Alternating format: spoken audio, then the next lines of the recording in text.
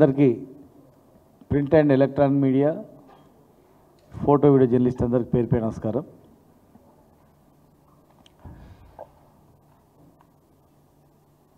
వర్షాలు పడుతున్నాయి అనగానే జనరల్గా ఎవరే కానీ రిజర్వాయర్లు నింపుకోవాలని ఆలోచన చేస్తారు. ముఖ్యంగా మా పాలమూరు జిల్లా, మహబూబ్నగర్ కానీ, నల్గొండ కానీ ఇవన్నీ ఒక పీడిత జిల్లాలు, కరువు పీడిత జిల్లాలు. కరువు కాటకాల నుంచి బయటపడే జనం, సారవంతమైన భూములు ఉన్నాయి. వర్షాలు పడి నదులు ఉప్పొంగి సముద్రంలో కలుస్తున్నాయి, కానీ ఆ నీళ్ళని నింపాలన్నటువంటి ధ్యాస సోయవట్లేదు. ఇలా జూరాల ప్రాజెక్ట్ నుంచి జూరాల కెపాసిటీ యాక్చువల్గా 19 TMCలో డిజైన్ చేసేది దాన్ని, కానీ దాన్ని కుదించి 9 TMCల వరకు. 9 TMC రిజర్వాయర్ నుంచి, ఒక బ్యాలెన్సింగ్ రిజర్వాయర్ నుంచి అన్నా దాని మీద ఆధారపడినటువంటి భీమా ఫేజ్ 1 కానీ, నెట్టెంపాడు కానీ, భీమా ఫేజ్ 2 కానీ, కోయిల్ సాగర్ కానీ, అదేవిధంగా లెఫ్ట్ మెయిన్ కెనాల్ కానీ, జూరాల నుంచి మొదలుకుంటే అక్కడ వనపర్తి వరకు కొత్త నీళ్ళు. వరద వస్తుంది అనగానే గతంలో ఎట్లుండేదంటే ఆలుమట్టి నారాయణపూర్ డ్యామ్ గేట్లు ఎత్తేసి అనగానే వెంటనే మేము అప్రమత్తమై నీళ్ళు వచ్చాగానే ఇక్కడ నుంచి మేము నీళ్ళు తీసుకుపోయేవాళ్ళం. పండుగలాగా చేసుకునే వాళ్ళం మేమందరం కూడా. పూలు జల్లి టెంకాయలు కొట్టి భీమా ఫేజ్ 1కు, భీమా ఫేజ్ 2కు, నెట్టెంపాడుకు, లెఫ్ట్ మెయిన్ కెనాల్కు, అటు సంగమండ, ఇక్కడ కోయిల్ సాగర్ ఇవన్నీ నింపుకునేవాళ్ళం మేము. కానీ ఈరోజు దురదృష్టం ఏంటంటే, అరే నీళ్ళు వస్తున్నాయి, ఎప్పుడు తిరగలే అంత తొందరగా నీళ్ళు, ఇంత తొందరగా వాటర్ ఎప్పుడు రాలా. మొత్తం హిస్టరీ చూస్తే చాలా తక్కువ సమయం, ఇప్పుడు జరిగింది ఒక 50 ఏళ్ళలో చూసుకుంటే. ఈరోజు వర్షాకాలం స్టార్ట్ కాగానే పైన ఎగువలో ఉన్నటువంటి కర్ణాటకలో ఉన్నటువంటి నారాయణపూర్, కర్ణాటకలో ఉన్నటువంటి ఆల్మట్టి ఆ డ్యాములు నిండడం, పైన వర్షాలకు అవి నిండడం, అవి గేట్లు ఎత్తేయడం, మరి జూరాలకు నీళ్ళు రావడం ఒక అదృష్టంగా మేము భావించినాం. నీళ్ళు వస్తున్నాయంటే దానికి ఒక రివ్యూ మీటింగ్ జరుగుతుందేమో అనుకున్నాం. ఇరిగేషన్ మంత్రి గారు రివ్యూ మీటింగ్ పెడతాడేమో. ముఖ్యమంత్రి గారు సొంతం జిల్లాలో ఎప్పుడు లేనట్లు ఇలా 2 కృష్ణా తుంగభద్ర ఉప్పొంగుతూ ఉన్నాయి, నీళ్ళు వస్తున్నాయి, వరదలు వస్తున్నాయి కర్ణాటక నుంచి పైనుంచి. ఆ నీళ్ళు వాడతారేమో అనుకుంటే జూరాల కెపాసిటీ ఎంత ఉందో అంత కెపాసిటీ రోజు నీళ్ళు వదులుతూ ఉన్నారు. వాళ్ళకి అవసరం కనుక పవర్ జనరేట్ చేసుకుంటున్నారు దగ్గర 3.5 TMCల వాటర్తో. మిగతా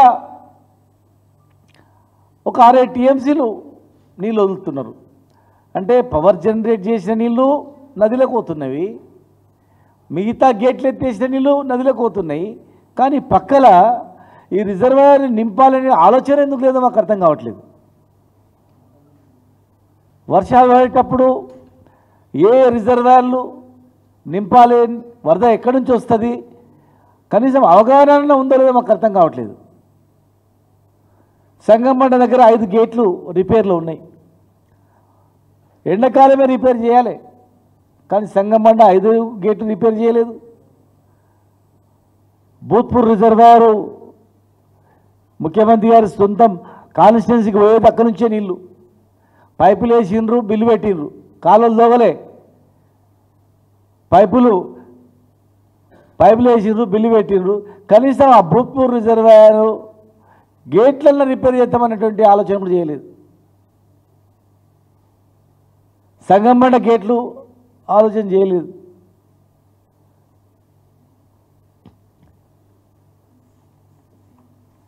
తొందరగా పడ్డ వర్షాలకు ఆ రిజర్వాయర్ నిండితే కింద మొత్తం నాట్లు వేసుకుంటారు, తొందరగా పంటలు పండుతాయి. మళ్ళీ ఒకవేళ వర్షాలు పడితే మళ్ళీ 2వ పంటకు కూడా తొందరగా వేసుకోవడానికి అవకాశం ఉంటుంది. ఇలా పనులు లేదు, రైతుల గోస మామూలుగా లేదు అక్కడ. మొన్న ఎండాకాలమేమో నీళ్ళు లేక చేనులు ఎండిపోయినాయి. ఇప్పుడేమో నీళ్ళుండి నింపుతలేము. ఇంత దౌర్భాగ్యం చూడండి. పైన నారాయణపూర్ నుంచి 1.5 టీఎంసీలు చేస్తే సగం నీళ్లు నది తాగేసింది. కొన్ని నీళ్ళు వచ్చినాయి ఇట్లా, అంతే ఒక తడి అర తడి అయింది. నీళ్ళు లేక చేనులు ఎండిపోయినవి. అదే ఎండిపోయిన చేనుల దగ్గర ఉన్న రిజర్వాయర్లు నింపడానికి ఇప్పుడు అవకాశం ఉంటేనేమో ఇప్పుడు నీళ్లు నదిలోకి వదిలిపెడుతున్నారు. ఎక్కడైనా కానీ ఈ ప్రపంచంలో ఎవరే కానీ ఒక రిజర్వాయర్ ఉందంటే రిజర్వాయర్ కింద ఇమ్మీడియట్గా గేట్లు ఎత్తగానే అవి నింపుకుంటారు. అవి నిండిన తర్వాత నదిలోకి వదులుతారు. కానీ వీళ్ళు నదిలోకి వదులుతారు. రేపు ఫ్యూచర్లో మరి వర్షాలు రాకుంటే గ్యారెంటీ ఏముంది? వర్షాలు వస్తాయని గ్యారెంటీ ఏముంది?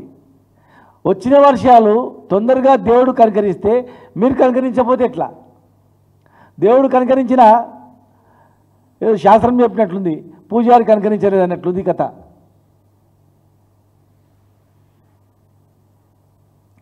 లక్షల ఎకరాల పంటను సాగులోకి తెచ్చినటువంటి ఘనత ఈ తెలంగాణ వచ్చిన తర్వాత 10 సంవత్సరాల కేసీఆర్ గారి హయాంలో. మీరు కట్టని ప్రాజెక్టులకు గతంలో మొబిలైజేషన్ అడ్వాన్స్ల కింద బిల్లు ఎత్తుకపోతే ఏం లేదు. కట్టిన ప్రాజెక్టుల మీద రాద్ధాంతం చేస్తున్నారు. 1,00,000 కోట్లు ఖర్చు అయితే 1,00,000 కోట్లు అవినీతి అని చెప్పి తప్పుదో పట్టిస్తున్నారు. రిజర్వాయర్ లేకుండా మీరు ప్రాజెక్టు కట్టిండ్రు. కల్లకుర్తి లిఫ్ట్ ఇరిగేషన్లో కనీసం ఒక 2 టీఎంసీల 1 టీఎంసీల రిజర్వాయర్ అని ఉందా? వరద వస్తేనే కదా, వరద వచ్చినప్పుడే నింపుకోవాలి. మరి రిజర్వాయర్ లేకుండా డిజైన్ చేసిండ్రు. మేము వచ్చి రిజర్వాయర్లు కట్టిస్తేనేమో ఆ రిజర్వాయర్లు నింపరు. ఇదొకటి కథ నడిస్తే ఇక పాలమూరు రంగారెడ్డి జిల్లా ప్రాజెక్టు దాదాపు 130 పైగా టీఎంసీల రిజర్వాయర్లు కట్టి పంపులు కూడా మోటార్లు పెట్టి రెడీగా ఆన్ చేసి ట్రయల్ రన్ చేసినటువంటి పరిస్థితి. ఏదుల కావచ్చు, ఒట్టెం కావచ్చు, కరిమెన కావచ్చు, ఉదండపూర్ కావచ్చు, నార్లాపూర్ నుంచి మొదలుకుంటే ఉదండపూర్ వరకు రిజర్వాయర్లు అన్నీ 90% కంప్లీట్ అయిపోయినాయి. టోటల్గా మోటార్లు అయిపోయినాయి. మోటార్లను రన్ చేస్తే ఈ రిజర్వాయర్లన్నీ నిండిపోతాయి. కనీసం రిజర్వాయర్లు నిండి ఉన్నా మీరు కాలువలు లోగకపోతుంది. కానీ టెండర్లు ఇచ్చిన కాలువలను మీరు రద్దు చేసి మళ్ళీ టెండర్లు ఇవ్వకపోయినా కానీ ఏదో కారణం చెప్పి అది అట్లే ఉన్నా కానీ కనీసం మీరు రిజర్వాయర్లు నింపితే మోటార్లు రెడీగా ఉన్నాయి. ఈ రిజర్వాయర్లు 5 రిజర్వాయర్ల నీళ్లుంటే గ్రౌండ్ వాటర్ డెవలప్ అవుతుంది కదా. కాలువల ద్వారా గ్రౌండ్ వాటర్ డెవలప్ అవుతుంది, రిజర్వాయర్ ద్వారా గ్రౌండ్ వాటర్ డెవలప్ అవుతుంది. అటు జూరాల నుంచి ఒక గ్రావిటీ ద్వారా రిజర్వాయర్లకు పోయే అవకాశం ఉన్నా ఏ ఒక్క ప్రాజెక్టును మీరు నింపకుండా ఒక 2 రోజులు నెట్టెంపాడు నింపిరు, మళ్ళీ బంద్ అయిపోయింది అంతే.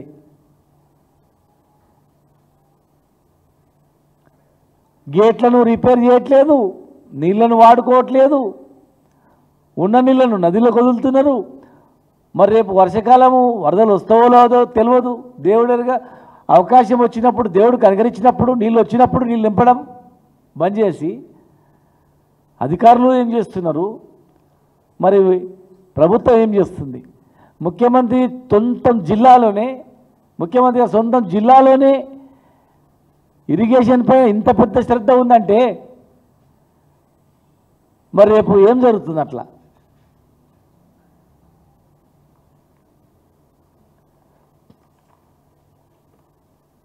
పంతొమ్మిది టీఎంసీల సామర్థ్యంతో మొదలు జూరాలను డిజైన్ చేస్తే ఈ మహానుభావులే దాన్ని 9-10 టీఎంసీలు కుదించారు. ఇప్పుడు ఆ నీళ్ళు ఆ రిజర్వాయర్లు కూడా దాదాపు 2-3 టీఎంసీలు సరిపోయేటువంటి మొత్తం మట్టి చేరిపోయింది. దానిలో గేట్లు రిపేర్ చేయరు, మట్టిని తీసే కార్యక్రమం ఉండదు, రిజర్వాయర్లు నింపేటువంటి ఆలోచన ఉండదు. గేట్లను రిపేర్ చేసేటువంటి ఆలోచన ఉండదు. కంప్లీట్ అయిన రిజర్వాయర్లను నింపరు, మోటార్లను ఆన్ చేయరు. అసలు జిల్లాను ఏం చేయదలుచుకున్నారు?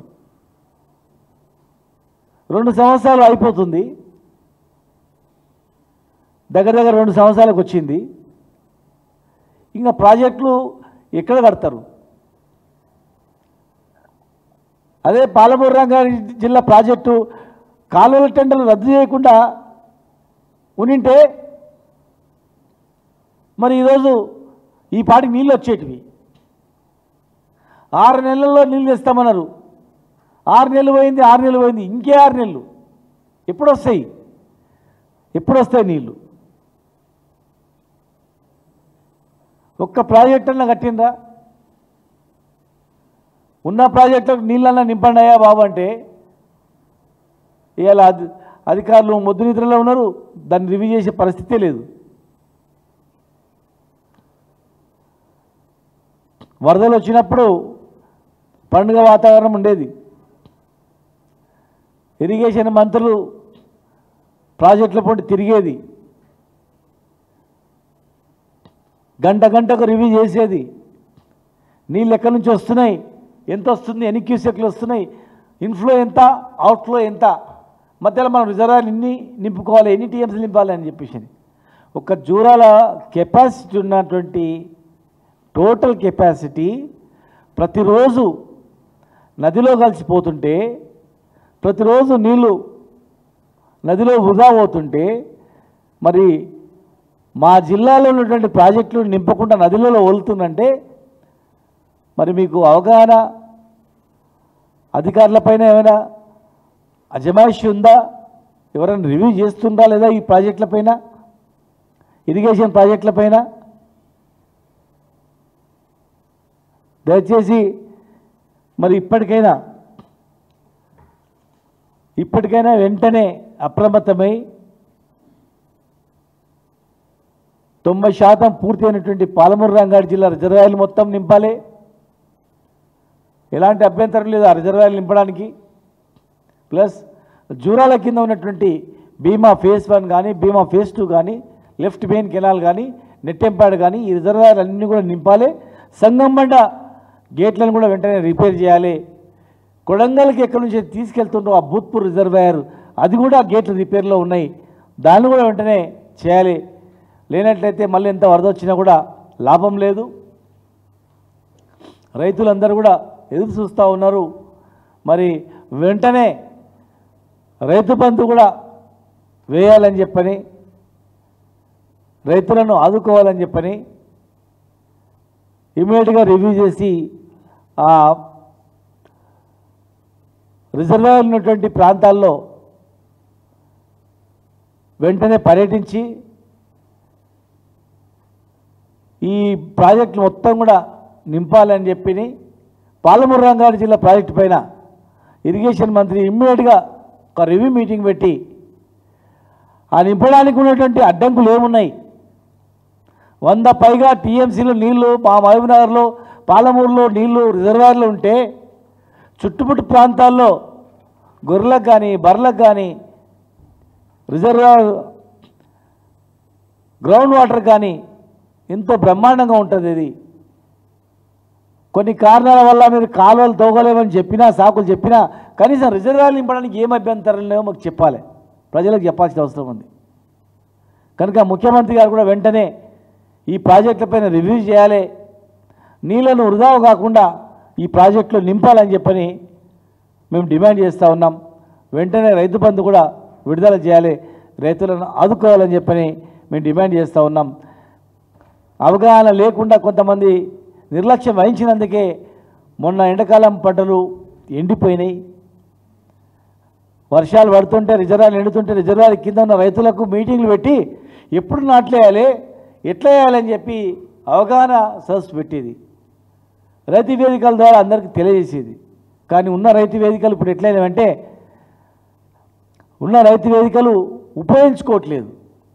మేము కట్టినామనే కోపం ఎందుకు, అక్కస్ ఎందుకు? ఏ ప్రభుత్వాలైనా మారుతుంటుంది, మారినంత మాత్రాన పాత ప్రభుత్వం స్కీములను రద్దు చేసినామా? మేము పాత ప్రభుత్వంలో ఉన్నటువంటి మంచి మేము స్వీకరించలేదా? ఆరోగ్యశ్రీని కంటిన్యూ చేయలేదా? మా పార్టీ మీద ఉన్న కోపంతో రైతులను ఎందుకు తీస్తారు? రైతులకు ఎందుకు కూర్చోబెడతారు? ఎందుకు రైతు వేదికలు మీరు వాడట్లేదు? రైతు వేదికలు వాడనంత మాత్రాన మర్చిపోతారా? కేసీఆర్ని మర్చిపోతారా? గత ప్రభుత్వాన్ని మర్చిపోతారా? రైతు గుండెల్లో మేము లేమా? తెలంగాణ రాకముందు తెలంగాణలో వ్యవసాయం ఎంత? తెలంగాణ వచ్చిన తర్వాత తెలంగాణలో వ్యవసాయం ఎంత? తెలంగాణ రాకముందు వరి పంట ఎంత? ఈ భారతదేశంలో తెలంగాణ ఆంధ్రప్రదేశ్ స్థానం ఎంత? తెలంగాణ స్థానం ఎంత? 10 జిల్లాలది. తెలంగాణ వచ్చిన తర్వాత ఈ భారతదేశంలో నెంబర్ 1 పంట పండించింది తెలంగాణ రాష్ట్రం కాదా? అత్యధిక పంటలు పండించింది తెలంగాణ రాష్ట్రం కాదా?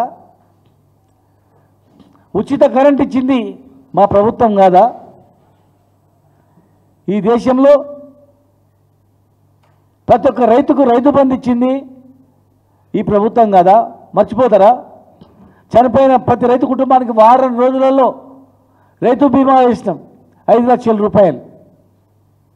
మరి మర్చిపోతారా? రైతు మర్చిపోతాడా? ఎవరు మర్చిపోయినా రైతు మర్చిపోతాడా? రైతులకు ఇచ్చిన హామీలు, ఎలక్షన్ మేనిఫెస్టోలో మీరు రైతులకు ఇచ్చిన హామీలన్నీ కూడా ఖచ్చితంగా నెరవేర్చాలి. రైతులకు ఇచ్చిన హామీలు నెరవేర్చిన తర్వాతనే లోకల్ బాడీ ఎలక్షన్స్లో పోవాలి. 42% రిజర్వేషన్ ఇచ్చిన తర్వాతనే లోకల్ బాడీ ఎలక్షన్స్లో పోవాలి. రైతులకు ఇచ్చిన హామీలు ఇచ్చిన తర్వాతనే లోకల్ బాడీ ఎలక్షన్స్లో పోవాలి. రైతుల హామీలు మర్చి ఏదో సాకు చెప్పి ఎలక్షన్ల పేర్ల మీద ఎన్ని డ్రామాలు చేసినా ప్రజలు నమ్మరు. ఖచ్చితంగా కృష్ణా గోదావరి కాకుండా ఇంకా ఎక్కడెక్కడ అవకాశం ఉన్నా తెలంగాణలో అన్ని రిజర్వాయర్లను నీళ్లు వృధా కాకుండా, సముద్రంలో కలవకుండా, నదుల నుంచి సముద్రంలో పోకుండా వ్యవసాయానికి పనికొచ్చేటట్లు అన్ని రిజర్వాయర్లు నింపిన తర్వాతనే నదిలోకి వెళ్ళేటట్లు ప్రణాళికలు సిద్ధం చేయాలని చెప్పి మీ ద్వారా నేను ప్రభుత్వాన్ని కోరుతా ఉన్నాను.